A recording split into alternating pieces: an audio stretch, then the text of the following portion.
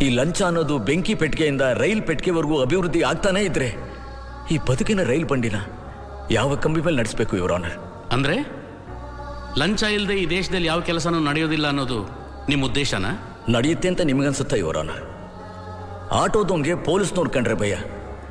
ಎಲ್ಲಿ ಪೊಲೀಸ್ನವರು ಹಗಲಲ್ಲೇ ಲೈಟ್ ಇಲ್ಲ ಅಂತ ಕೇಸ್ ಹಾಕ್ಬಿಡ್ತಾರೋ ಏನೋ ಅಂತ. RTO ಕಂಡ್ರೆ ಲಾರಿ ಡ್ರೈವರ್ಗೆ ಭಯ. ಪರ್ಮಿಟ್ ಇದ್ರೂ ಇಲ್ಲ ಅಂತ ಎಲ್ಲಿ ಲಾರಿನ ರಸ್ತೆ ಮಧ್ಯದಲ್ಲಿ ನಿಲ್ಲಿಸ್ಬಿಡ್ತಾರೋ ಏನೋ ಅಂತ. ರಿಟೈರ್ ಆದವನಿಗೆ ಪೆನ್ಷನ್ ತಗೊಳಕ್ ಭಯ. ಎಲ್ಲಿ ಬದುಕಿರೋದಕ್ಕೆ ಸರ್ಟಿಫಿಕೇಟ್ ಕೇಳ್ತಾರೋ ಏನೋ ಅಂತ. ತಂದೆ ತಾಯಿಗಳಿಗೆ ಸ್ಕೂಲ್ ಅಂದ್ರೆ ಭಯ. ಎಲ್ಲಿ ಮಕ್ಕಳನ್ನ ಓದಿಸೋದಕ್ಕೆ ಎಷ್ಟು ಡೊನೇಷನ್ ಕೇಳ್ತಾರೋ ಏನೋ ಅಂತ.